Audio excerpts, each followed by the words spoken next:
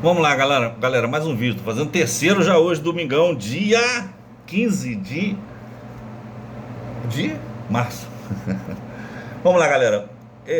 Isso aqui é uma dúvida que a galera tem muito ainda. Rodrigo, onde começa a curva de toque? Hoje, a maioria das vezes, quando a pessoa recebe uma entrega técnica de um caminhão, ela não é passado isso, né? Às vezes o cara dá uma volta ali, o vendedor quer vender, empurra o caminhão, o instrutor, a demanda é muito grande, são poucos instrutores, pouca gente qualificada, pouco instrutor qualificado. Mas vamos lá. Tem uma metodologia que eu sempre usei nos caminhões que eu trabalhava, porque quando eu comecei como motorista, meu irmão, que é mais novo, Ricardinho, sou fãzaço, apaixonadão pelo meu irmão aí. Meu irmão começou na carreta primeiro que eu. Acho que ele começou uns 3, 4 anos primeiro que eu. Hoje ele não trabalha mais como carreteiro, ele tem uma oficina. Mas meu irmão me deu as primeiras dicas, os primeiros caminhos, né? E depois eu fui desenvolver. Eu lembro que a primeira vez que eu fui descer a Serra das Araras, eu trabalhei para a Ambev, foi a primeira empresa como carreteiro. Um colega lá, não vou falar o nome dele aqui, que é gente boa pra caraca, mas aquele dia ele vacilou comigo. Tava chovendo, eu tava lá em Piraí, fui buscar 28 pallets de acho que Pepsi 3 litros 300, né?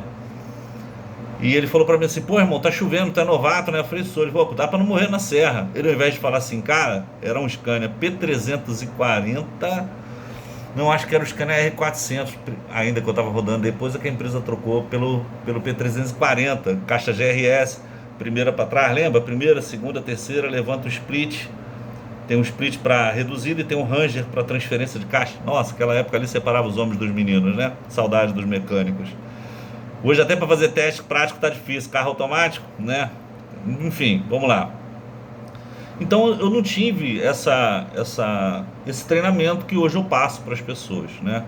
Tive que colar com pessoas aquele conhecimento empírico ali na hora do almoço, na hora do café, na hora do carregamento, colar com um cara que tinha mais experiência para poder ter um aprendizado, entender como é que funcionava o equipamento. Depois ver a facilidade da internet, é que facilitou muito a gente buscar conhecimento. Incrível que hoje com a internet muita gente ainda não busca conhecimento. Mas vamos lá, tô aqui. E aí, galera, trabalhei em algumas marcas, trabalhei com Scania, trabalhei com Iveco, trabalhei com Volkswagen, trabalhei com Titan 18310, trabalhei com Scania. Não cheguei a trabalhar com DAF, né, dirigindo, fazendo. Hoje eu trabalho com DAF, né, carregado, com 9 eixos, com mineração, mas naquela época não tinha o DAF ainda, né? Quando o DAF surgiu, tinha passado para a instrução, então estava na aprendizado ainda também. Então tem algo que eu desenvolvi que eu achei que funciona muito bem. Aonde é qual é o RPM que eu tenho que usar em um trecho de subida, aclive acentuado? Qual é o RPM que eu tenho que usar? Ô Rodrigo, você não precisa nem puxar a ficha técnica. Faça o teste. Eu até falo, não vou dizer para você que é assim, eu vou dizer para você, faça o teste, experimente e você vai ver que o resultado acontece. Aonde é o ápice da curva de torque, um exemplo, tá? Não vou falar que é extra econômica, não sou muito fã dessa palavra, não. Para mim existe econômica, ou você está fazendo economia ou você não está. Extra, na minha opinião, não existe, mas cada um com seu cada qual. Quando você tiver 80 por hora no plano, na sua última marcha, 80 por hora no plano, na sua última marcha, seja ela uma caixa, então, seja ela uma caixa ZF, seja ela uma caixa Traxxon, seja uma caixa GRS, seja uma Opticruise, porque você vai ter caminhão com 16 marchas, você vai ter ZF com 16 marchas, você vai ter Vetronic com 16 marchas, você vai ter Traxxon com 12 marchas, né? A última, não importa, seja ela 12 ou 16 ou 10, né, como os Scanias antigos tinham, estando na última marcha a 80 por hora, observe aonde, né, no simples, já na última marcha, a 80 por hora, observe onde está o RPM do seu carro. Vou dar um exemplo aqui, tá? Fictício. Vamos supor que você está num Constellation 19370. Fui lá atrás, hein? Lá atrás, 19370. Caixa ZF. De bater ainda, né? Nem o de transferência, de bater. Igual o Ivecão NR420. Quando você estiver na última marcha, a 80 por hora, vamos dar um exemplo que o RPM esteja em 1400. Tá? Cara, é aquele RPM que você tem que usar para subidas. É esse RPM. Eu vou te falar que na DAF é assim. Na DAF, se eu pegar aqui um manualzinho que eu tenho, que é o caderno de bolso, né, o guia de bolso da gente, do instrutor, do Master Drive, você vai ver que o que a gente recomenda como RPM para subida é 1.300 RPM. Você vai ver quando a gente está na última marcha no plano no DAF, ele está marcando lá 1.200 e alguma coisa, quase 300 RPM a 80 por hora. Aí você vai pegar um câmbio overdrive, que a DAF só tem o câmbio overdrive nas operações de mineração, fora de estrada. Tá? Então você tem uma melhoria muito grande. É ali que é o ápice do carro. Tem gente que vai subir uma serra e bota o carro em 1.700 RPM. Cara, você está na potência, você não está na curva de torque. E você só consegue subir se estiver no manual.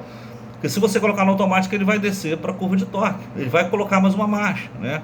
Aí tem aquela regra, pô, Rodrigo, mas serra se sobe com manual e se desce com manual. Cara, pode subir, pode descer. Na descida, o consumo descendo no manual, no automático, vai ser o mesmo que você está descendo com o pé fora do acelerador. Agora, na subida, se você estiver usando a curva de torque, se você não estiver na curva de torque, o seu consumo é muito alto. Muito alto. Eu subo qualquer serra e desço qualquer serra no automático, mas tem que saber descer. Tem que saber. O comportamento do carro no automático, numa descida de serra, tanto no manual quanto no automático, é a mesma. Se você tiver com a marcha errada, vai ser de acordo com a sua aceleração. Um exemplo, se você, uma vez que o DAF entrou no terceiro estágio do freio motor descendo serra, se a carga estiver muito pesada, e vamos supor que o freio motor não consiga segurar, lembra que o DAF lá em 2.100 entrega 490. 2.200 já é o vermelho, né? O DAF tem 2.500 RPM só. O que você vai fazer?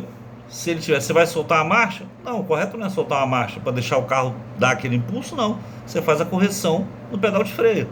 Se você tiver no manual, você vai soltar a marcha? Também não. Você tem que fazer, se você tiver na marcha correta, você não vai soltar a marcha.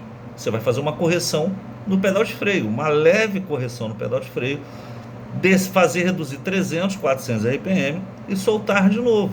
Isso eu estou falando no extremo, uma carga muito pesada, numa serra com um declive muito acentuado, em que o freio motor não é o suficiente.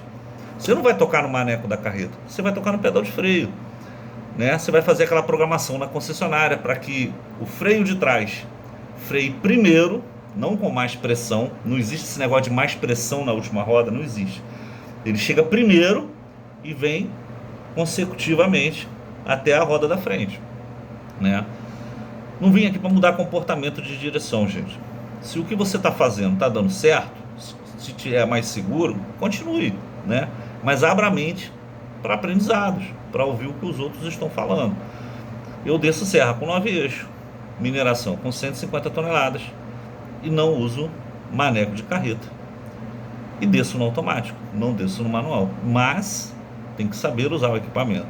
Qual é o grande perigo do descer no automático? É você chegar numa curva e ele trocar marcha ali, ou reduzir ou soltar.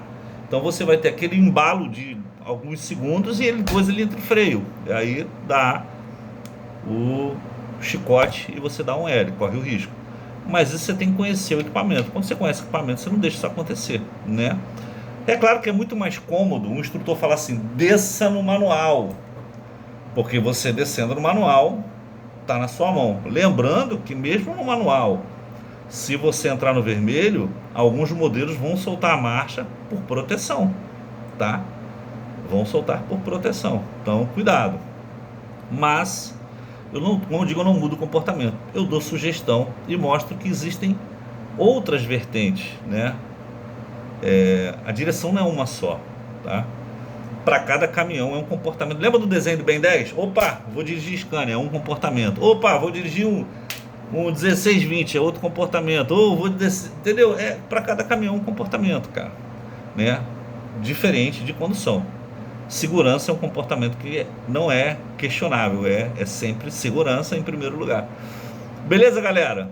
Faz esse teste aí. A 80 por hora, aonde o RPM parar, é aquele RPM que você tem que usar nas subidas. É aquele, a marcha certa, aquele RPM. Faz o teste, depois me fala aqui.